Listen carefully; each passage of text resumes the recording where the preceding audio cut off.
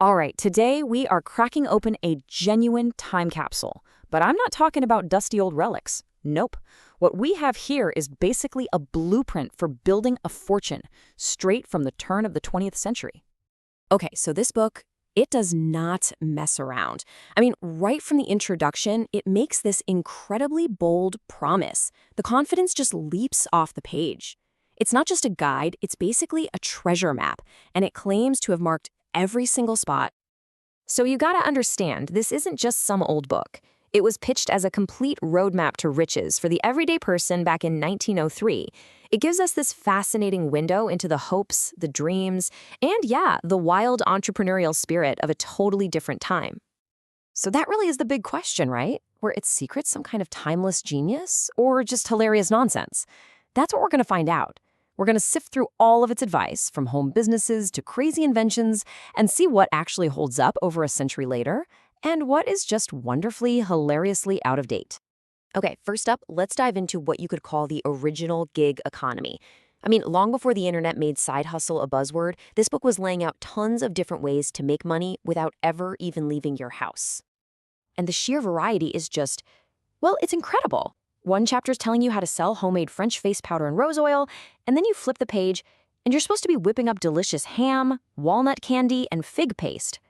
The whole idea was to use your own kitchen and your living room as your own personal factory floor.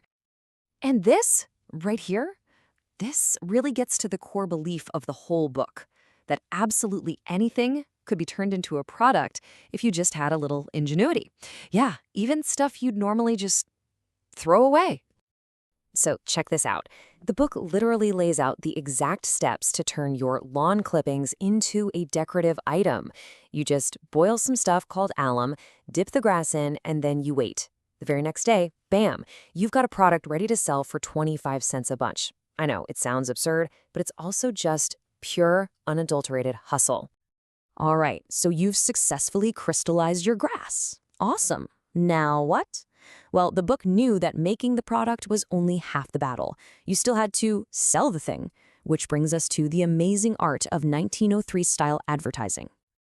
Oh man, this is probably my favorite part.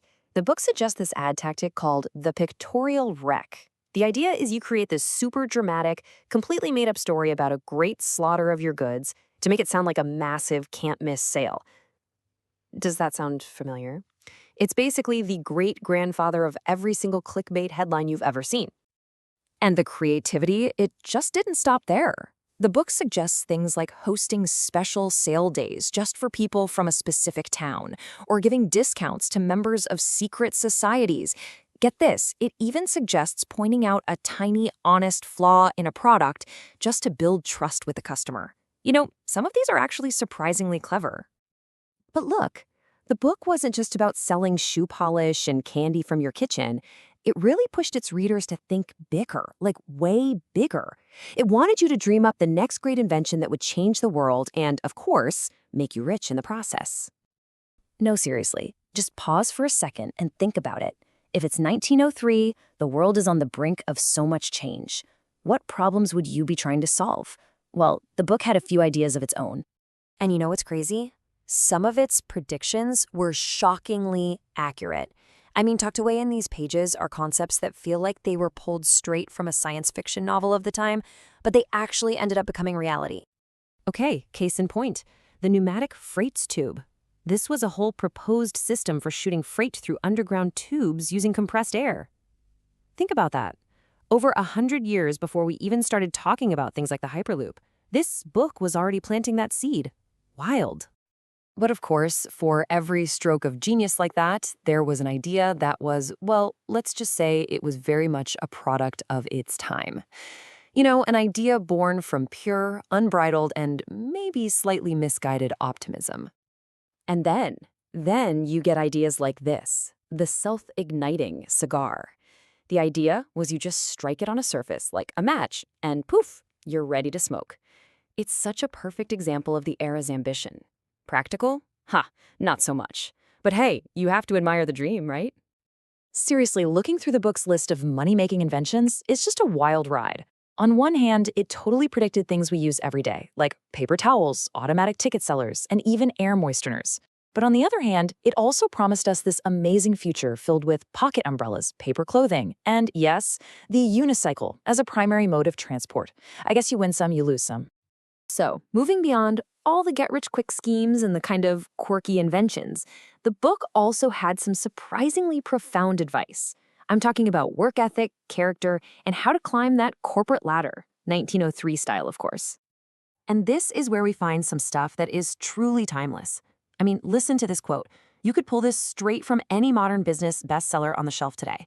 It's all about how integrity, who you are as a person, is just as crucial to your success as what you can do.